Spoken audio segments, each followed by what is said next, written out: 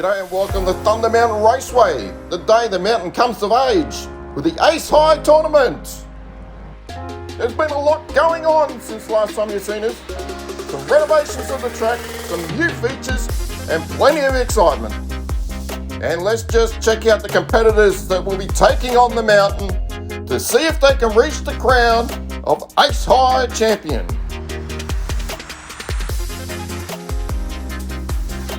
And while you're watching, folks, if you're loving the racing, don't forget to like, subscribe and comment. We much appreciate it, and we do really thank you for watching.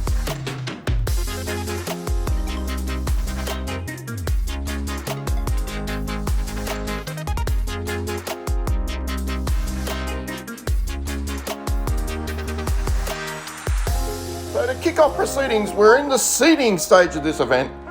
Quick rundown of the rules: random groups, battles decided by card draw, 2 laps, head-to-head, fastest time or most wins will get you through. Winners will take on the group of winners in the second group. The losers will take on the group in the second group. This is only seeding. This is not the main event. Let's find out who's racing in Group 1.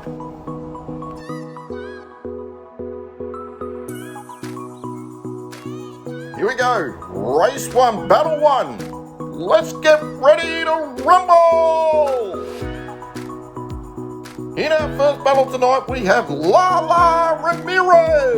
He'll be driving for Monster Motorsports. And the homegrown talent driving for Plays Diecast is Dazzle. So we got Ramirez lining up on the inside lane and Dazzle on the outside for the first international race here at the mountain. Ramirez navigates the jump cleanly, goes through turn 1 with a commanding lead through the kink, and Dazzle spun it around. Left the door wide open for Ramirez to take out the first ever race here on the mountain, and by virtue of that, he's going to have the new lap record. So the benchmark has been set at 6.353, the new lap record going to Monster Motorsports. Line up for race 2 here on the mountain. Dazzle on the inside lane this time. And Lala's rounded up and overtaken Dazzle, making the result a mere formality. Ramirez will think he's in La La Land with the absolute comfort he's navigated through round 1 against the less than stellar performance of Dazzle. Looking at the lap timer, even with a small error out of the exit of the last turn, Ramirez has dropped the new lap record down even further.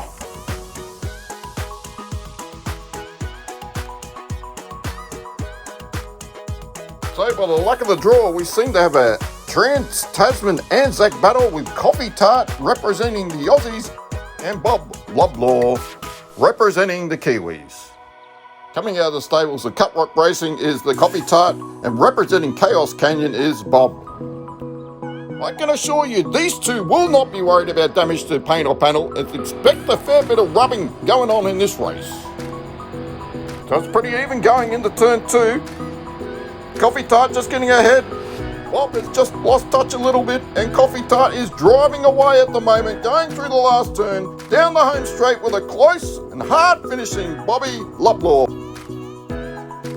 And we'll just check out that lap time to see how it compares to that awesome lap from Monster Motorsport and Ramirez. Well, 6.5 isn't too bad at all. They're very fast cars, both of them. So they swap lanes. We got the Coffee Tart in the inside lane and Bob on the outside. They're away, folks. Over the jump. And Bob's taking the lead. He's through the kink. The Coffee Tart is chasing. Bob's lost it, he spun it, and here comes the Coffee Tart through the last turn, and Bob pushed him wide and takes the victory. Whoa, they've both got a victory each. It's going to come down to lap times. Let's see the time. Oh, and Bob just missed out with a 6.6.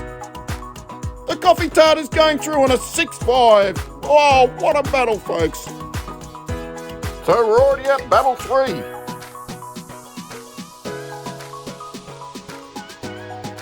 So in this matchup, we have Marv coming from Rust Belt Racing. and Grumpy Cloud, representing Grumpy Cloud Racing. In that beautiful looking Lancia there. So, here's the Lancia on the inside lane and Marv Kaboom in the outside. The Lancia should be able to navigate this jump being a rally car. Oh, and he's crashed into the Thunder Mountain sign and just smashed his chances in this first race. Marv just getting used to gravity, spinning all the way through the course under the last turn. And in the end, he picks up an easy victory. But let's go and have a look at that lap time. See how he compares. 6.589, and that was not even used to gravity, spinning halfway down the track. And look at the sad state of that Grumpy Cloud.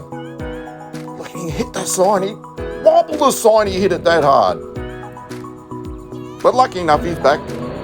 See how he goes on the outside lane this time. So Grumpy Cloud making up good time, he's catching, just couldn't get through. He's really up the tail end of that Kaboom Marv.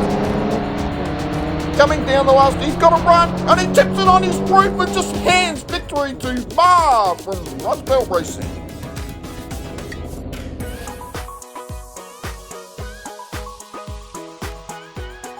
And look at the time, 6.4. He's in a fast car.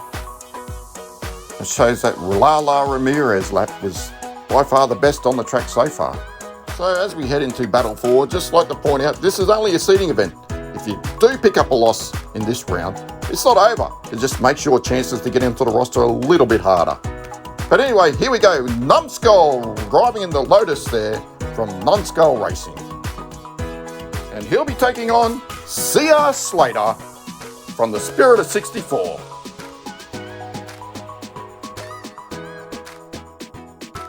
So on the outside lane, we have Numskull in that beautifully prepared Lotus.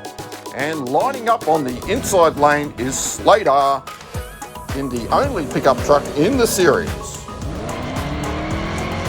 And Slater gets away well over the jump. A little bit squirrely, doesn't hit the sign, but the Lotus is just powering ahead now. He's through the kink. Heading down the hill, through the last corner, and he's on fire. Let's look at that time. And it's a fast finishing Slater, but he can't get the job done. So by the looks of it, another 6.5. That seems to be about the average medium for all the cars running down the track at the moment. So as they line up, we've got Slater on the outside, Numskull on the inside lane. Let's see how they go. Numskull over the jump. Gets it all sorts of wrong. He's blocking Slater half on the track, half off it. Turn around. Slater can't find the way through. He's definitely been held up. Numskull turns it around. Here comes Slater right around the outside through the last corner. Numskull just left in his way and can't do anything. That was a very fast time, but he was held up a lot at the top.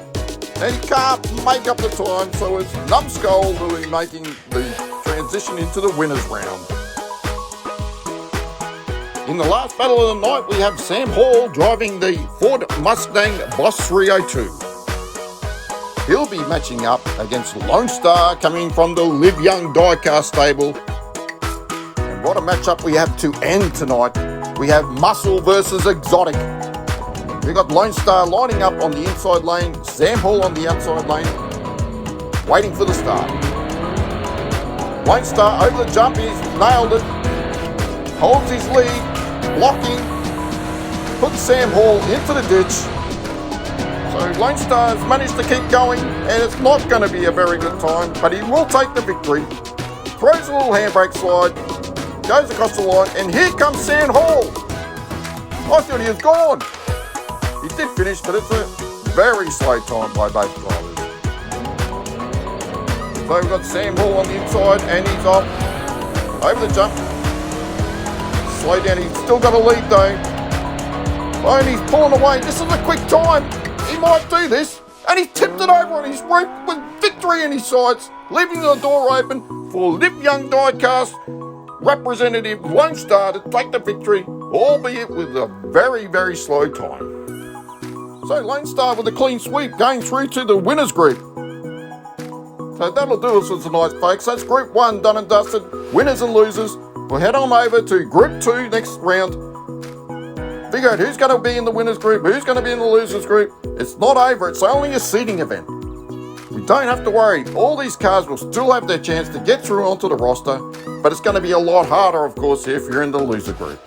Anyway, congratulations to competitors, thank you for watching, and we'll catch you next time here at Thunder Mountain Raceway for more exciting action in Ace High Tournament.